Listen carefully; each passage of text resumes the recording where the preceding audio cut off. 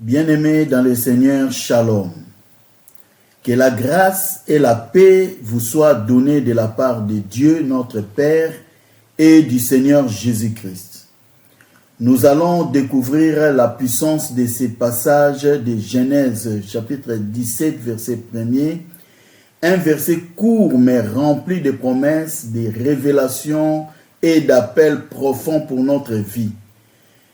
Que fait Dieu quand tout semble trop tard? Nous allons prendre nos Bibles pour faire la lecture. Je lis au nom de Jésus. Genèse 17, verset 1er, la Bible nous dit: lorsque Abraham fut âgé de 99 ans, l'Éternel apparut à Abraham et lui dit: je suis le Dieu Tout-Puissant. Marche devant ma face et sois intègre. Le thème que je vais développer tout à l'heure, c'est « Tu crois que c'est trop tard ?» Pas pour El Shaddai. Bien-aimés, ce passage nous montre que le Seigneur est apparu à Abraham à l'âge de 99 ans. Alors que lorsque le Seigneur lui est apparu pour la première fois au chapitre 12 du livre de Genèse, Abraham avait 75 ans. Il a reçu le message, il a reçu la promesse de Dieu, mais jusqu'à l'âge de 99 ans, il n'y avait pas de résultat. Et c'est dans cette période critique de la vie d'Abraham que cet événement se déroula. Il y a la promesse de Dieu, mais l'accomplissement tarde. Pourquoi ça tarde? Parce que Sarah était stérile et à cette période-là, elle a déjà atteint la ménopause. Donc c'était vraiment pratiquement, humainement parlant, disons, il n'y avait plus d'espoir. Pourquoi? Parce qu'il y avait un obstacle.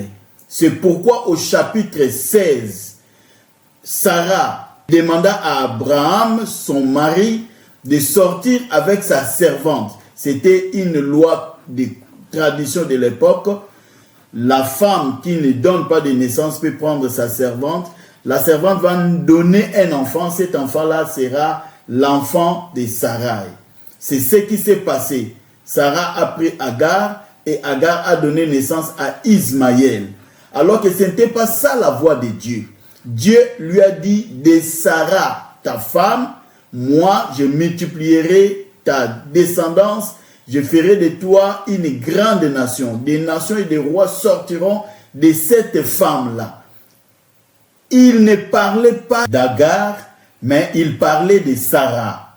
Donc Sarah devait avoir un enfant avec Abraham. Pour eux, ils ont cru accomplir la promesse parce qu'Ismaël était là.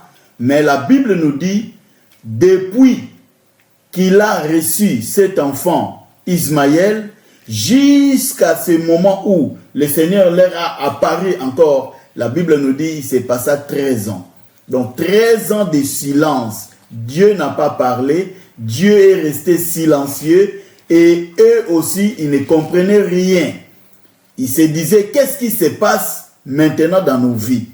Le Seigneur nous a promis. Et puis, ce qui est drôle, quand Dieu promet des choses, il les promet à quelqu'un, à une personne qui n'a pas la possibilité d'enfanter. Elle est stérile. Mais Dieu vient lui donner un message. Dans le futur de ta vie, c'est Dieu qui le connaît. C'est Dieu qui voit ce qui va se passer dans la suite des temps. C'est lui qui a le calendrier de ta vie. Il a le plan qu'il a réservé, qu'il a préparé pour toi. Alors, il ne faut pas chercher à provoquer ou à précipiter les choses pendant que Dieu te dit qu'il va te faire ça ou ça. Et toi, tu veux le faire de tes propres efforts. C'est ce que Abraham et Sarai ont fait dans leur vie. Donc, nous ne devons pas précipiter les choses. Nous ne pouvons pas aider Dieu. Laisse Dieu faire ce qu'il veut faire. Si Dieu dit que c'est de toi, Sarah, que moi, je vais fonder une nation, donc Dieu parle de Sarah. Ne cherche pas à aider Dieu. On n'aide pas Dieu. Voilà pourquoi au chapitre 17, lorsqu'il est apparu sous ce nom nouveau, El Shaddai, le Dieu Tout-Puissant. Pourquoi? Parce que Abraham a pris une autre voie pour trouver solution à son problème. Alors que Dieu était là, il devait tourner ses regards vers Dieu. Il devait fixer ses regards vers Dieu, compter sur Dieu. Donc c'est en ce moment-là que Dieu intervient, non pour réprimander Abraham, mais il s'est révélé à lui comme l'Éternel Dieu Tout-Puissant. Laisse-moi te dire, mon bien-aimé, que Dieu veut se révéler aujourd'hui dans ta vie. Il veut te parler. Il veut intervenir dans ces points, dans ces problèmes-là. Si tu as reçu la promesse de Dieu, Dieu t'a promis qu'il va faire telle ou telle chose dans ta vie, alors que tu ne vois rien jusqu'aujourd'hui, laisse-moi te dire que notre Dieu, le Dieu que nous prions, il s'appelle El Shaddai, le Dieu de toute suffisance. Il est capable de tout. Voilà pourquoi aujourd'hui, il se révèle au travers de ces messages pour te dire que je suis là. Je vais maintenant résoudre ton problème. Voilà, nous entrons dans le premier point. Le premier point que j'ai intitulé « Dieu se révèle dans notre faiblesse ». Donc, Dieu s'est manifesté à Abraham quand il est devenu vieux, fatigué, il n'avait plus de force naturelle, il était épuisé. C'est en ce moment-là, lorsqu'on parle de El Shaddai, le Dieu de toute suffisance, c'est en ce moment, au moment de faiblesse, lui, il apparaît. Au moment où nous sommes fatigués, au moment où nous nous sentons vraiment sans force, Dieu apparaît pour résoudre les problèmes. C'est quand tout semble impossible que Dieu choisit de descendre. Il dit, je suis El Shaddai. Il va se révéler dans ta vie aujourd'hui pour résoudre ton problème, pour réparer tout ce qui avait été détruit. Il est là pour toi. C'est la première fois que la Bible nous parle de ce nom. C'est la première fois que ce nom apparaît dans la Bible. Et ce nom signifie, comme je l'ai dit, le Dieu de toute suffisance. Donc, il se suffit en lui-même. Il n'a pas besoin de l'aide d'une autre personne. Abraham ne pouvait pas accepter la demande de sa femme. Il devait rester intact. Rester en gardant la promesse de Dieu, en comptant sur Dieu, la manière dont Dieu pouvait apporter la solution à ces problèmes-là, à sa situation. Mais il a cru à sa femme, donc c'est pourquoi Dieu, en se présentant dans ces passages, il a dit, je suis El Shaddai, je suis le Dieu Tout-Puissant. Ça veut dire en d'autres termes, personne ne peut venir travailler à ma place. Personne ne peut venir m'aider. Moi-même, je peux faire tout ce que je veux au moment où je veux. Quand je veux, où je veux, chez qui je peux le faire. Donc, il est un Dieu de puissance illimitée. C'est ce qui signifie El Shaddai. Un Dieu de puissance illimitée. Il est capable de nourrir, de faire croître. Il est aussi capable d'accomplir l'impossible dans nos vies. Donc c'est lui qui se suffit en lui-même. Il est capable de tout. Il est le pourvoyeur. Il est le Dieu qui n'a pas de limites. Il brise les limites humaines. Comme la stérilité de Sarah, il a brisé. Mais Abraham devait attendre le temps que Dieu avait fixé.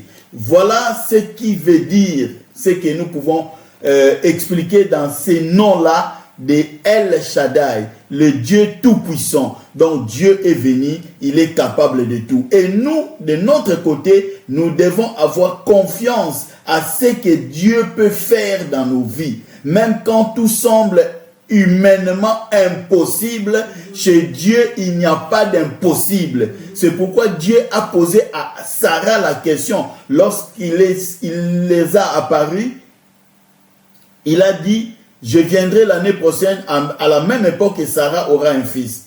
Elle a dit, à moi qui n'a plus de désir, elle a ri.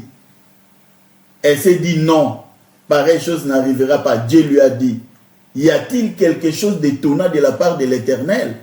Qu'est-ce que Dieu ne peut pas faire? lui qui a créé les cieux et la terre. L'apôtre Paul nous dit, il nous a donné son Fils. Il est mort à la croix. Il est mort à la croix. Il est ressuscité le troisième jour. Il est assis à la droite du Père. Qu'est-ce que nous pouvons demander à Dieu que Dieu ne peut pas faire? La Bible nous dit même qu'il peut donner ce que nous pensons, ce que nous n'avons même pas demandé. Mais ça se trouve encore dans tes pensées. Même ce que tu n'as même pas pensé, Dieu est capable de le faire. Il peut orienter notre destinée. Il peut faire tout dans nos vies. Alors nous, pour nous, dans notre côté, nous devions avoir confiance en Dieu. Heureusement, en lisant le Nouveau Testament dans le livre des Romains, l'apôtre Paul nous le dit, il ne douta pas par incrédulité, mais il a commis des erreurs, ce qui a fait que lorsqu'il a accepté d'aller vers Agar, il y a eu 13 ans de silence. Dieu a arrêté de parler, il n'apparaissait plus, il ne disait plus de mots. Mais au chapitre 17, le Seigneur est apparu. Comme il est écrit dans 2 Corinthiens chapitre 12, verset 9, l'apôtre Paul dit, il m'a dit, ma grâce te suffit, car ma puissance s'accomplit dans la faiblesse. Je me glorifierai donc bien plus volontiers de mes faiblesses, afin que la puissance de Dieu repose sur moi. Vous voyez? Donc, dans la faiblesse, Abraham était dans la faiblesse. Il a vieilli. La femme a atteint la ménopause. Ils sont arrivés à un niveau où c'était impossible, humainement parlant. Mais la Bible nous dit, ma grâce te suffit, car ma puissance s'accomplit dans la faiblesse. C'est dans cet état-là que le Seigneur est apparu et il a agi dans la vie de notre Père Abraham. Dans le deuxième point, il est écrit, il est dit, Dieu t'appelle à marcher devant sa face. Quand il a dit, je suis l'Éternel Dieu Tout-Puissant, marche devant ma face et sois intègre. Donc, quand il a dit marche devant ma face, c'est ça le deuxième point que nous allons aborder. Dieu t'invite, il m'invite, il nous invite à vivre une vie en sa présence. Dieu veut que nous puissions marcher avec lui. Il ne veut plus que nous puissions être loin de lui. Le fait de marcher avec lui nous permettra d'entrer dans les plans de Dieu. Il ne veut pas que nous puissions réaliser aussi nos plans, pas selon notre plan, pas selon ce que nous pensons, pas selon ce que nous avions résolu faire. Quand tu penses à ton plan dont tu appelles Ismaël, mais ici, la Bible nous dit il faut avoir nos regards sur Dieu. Nos regards doivent se fixer sur la parole de Dieu, sur la promesse que le Seigneur nous a donnée. Après s'être présenté, Dieu dit, marche devant ma face. Il s'est présenté en tant que El Shaddai, le Dieu de toute suffisance. Il peut tout. Et après, il a dit, marche devant ma face. Donc, littéralement parlant en hébreu, cela signifie, vis en ma présence, sous mes regards. Il veut que chaque aspect de notre vie soit vécu devant Dieu. Que nous puissions mener une vie avec Dieu. Que nous puissions marcher avec lui, faire toutes choses avec lui. Suivre sa direction. C'est ça les instructions que Dieu a données. Parce qu'il a dit ça parce que Sarah, quand elle a vu qu'elle ne pouvait plus donner des enfants, elle a donné sa servante. Donc ici nous voyons deux voies. Il y a la promesse et il y a la tradition. Alors pour nous, enfants de Dieu, en tant qu'enfants de Dieu, nous devons marcher sur la parole, selon ce que le Seigneur nous dit. Comme la Bible nous dit, l'évangile selon Marc.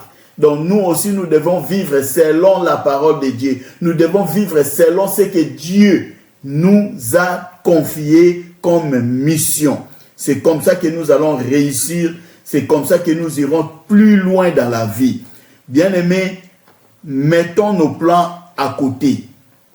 Je ne vous demande pas de jeter tout, mais mettons-les à côté Privilégions d'abord ce que Dieu veut de nous, ce que Dieu pense de nous. C'est là la vie qu'il faut pour réussir sur cette terre. Et troisième point, Dieu nous exige l'intégrité. Donc Dieu veut que nous soyons intègres. Pourquoi il parle de l'intégrité? Parce que dans la vie d'Abraham, nous voyons qu'il y avait quelques hypocrisies. Il avait la promesse de Dieu et il a écouté sa femme. Il fait ceci, il attend la promesse de Dieu de l'autre côté et d'un côté, il a une voie qu'il voulait suivre lui-même, alors que Dieu ne veut pas cela.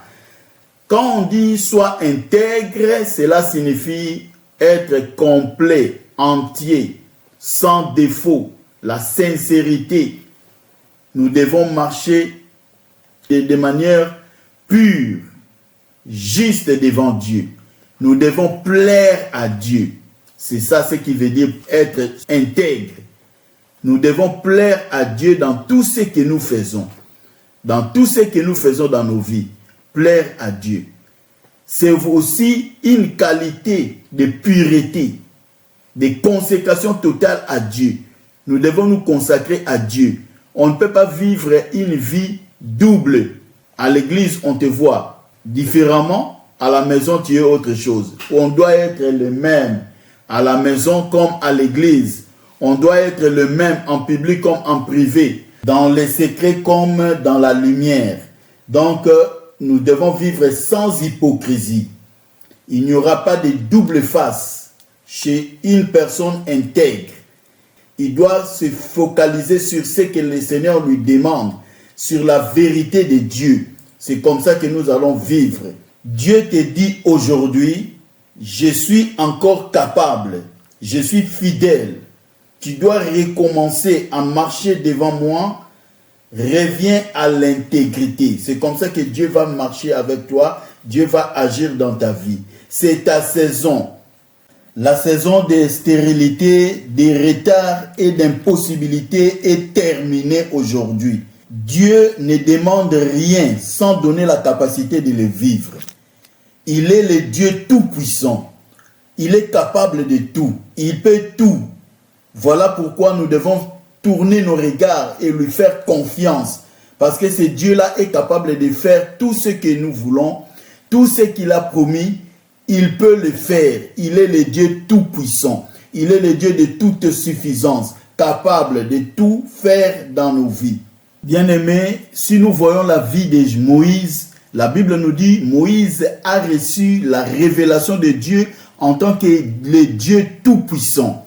Il est descendu vers Moïse pour lui donner une mission d'aller libérer Israël de la servitude en Égypte. Israël était dans la servitude de 400 ans. 400 ans de souffrance, 400 ans d'esclavagisme. Mais l'Éternel est descendu et a parlé à Moïse. Il lui a dit, donner la mission d'aller en Égypte pour libérer son peuple de l'esclavagisme. Moïse voulait refuser. Il voulait dire que non, moi je ne saurais pas, parce qu'il connaissait bien la force, la puissance de Pharaon. Il a refusé. Dieu lui a dit, je suis le Dieu tout-puissant. Je suis El Shaddai. C'est moi qui t'envoie pour libérer. Et la Bible nous montre clairement, malgré la puissance de l'Égypte, Israël a été libéré. Dieu a étalé, il a manifesté sa puissance. Il a manifesté sa puissance devant ce peuple-là et Israël est sorti. De la même manière, je le déclare, toi aussi, en invoquant le nom de l'Éternel, c'est Dieu tout-puissant, El Shaddai, le Dieu de toute suffisance, ta vie ne sera plus la même. Tu vas changer, tu seras libéré. Si tu es malade, si c'est le problème des maladies qui te dérange, tu trouveras la guérison. Cet organe qui a été touché va être restauré et tu seras rétabli. Si tu as un problème au niveau du travail, le Seigneur va restaurer ton travail. Il va donner la réponse à chacun de nous par rapport à tout ce que nous avions enduré durant tout le temps. Bien-aimé, ne regarde plus le temps que tu as passé dans la souffrance,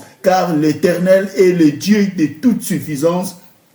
Il est capable de donner solution il est capable de répondre à toutes nos préoccupations, à ce qui paraissait être impossible. Avec Dieu, tout est possible. Jésus-Christ a dit, tout est possible à celui qui croit. Crois à la parole de Dieu. Crois à ce Dieu qui vient te visiter aujourd'hui au travers de ces messages. Tu auras la guérison, tu auras la solution à ton problème au nom puissant de Jésus. Que le Seigneur vous bénisse. Nous allons prier. Seigneur Jésus-Christ, nous reconnaissons que tu es El Shaddai, le Dieu tout-puissant, capable de tout, le Dieu de toute suffisance. Rien n'est impossible, comme cela est écrit dans les Écritures. Rien n'est impossible à celui qui croit. Tu es le Dieu qui répond, tu es le Dieu qui donne solution à tous nos problèmes. Nous te faisons confiance, Seigneur Dieu, dans chaque domaine de nos vies. Père éternel, même si les promesses tardent, nous te faisons confiance, Seigneur Dieu, car tu n'es jamais en retard. Fortifie notre foi, Seigneur Dieu. Augmente-nous la foi, malgré les temps et les circonstances, que nous puissions vivre, Seigneur Dieu Tout-Puissant, en toute confiance, Seigneur mon roi, au nom puissant de Jésus-Christ. Père éternel, le Dieu de gloire, nous remettons, Seigneur Dieu, nos vies entre tes saintes mains. Aide-nous, Seigneur Dieu, à marcher chaque jour sous ton regard, selon ta volonté. Que notre vie, Seigneur mon roi, soit une marche constante dans ta présence, Seigneur Dieu. Que nous puissions marcher avec toi. Comme Moïse l'a demandé, Seigneur mon roi, que si tu ne marches pas avec nous, nous ne bougerons pas. Je remets, Père éternel, tous mes bien-aimés qui me suivent maintenant entre tes saintes mains. Sois avec eux, marche avec eux, manifeste ta présence dans leur vie, Seigneur mon roi. Agis puissamment, Seigneur Dieu Tout-Puissant, car nous avons tous besoin de toi. Purifie, Seigneur Dieu, nos cœurs. Rends-nous, Seigneur Dieu, intègres, honnêtes et fidèles dans nos pensées, Seigneur mon roi, dans nos paroles et nos actes, Seigneur Dieu Tout-Puissant. Que ta grâce, Seigneur Dieu, puisse se manifester dans nos vies, Seigneur mon roi.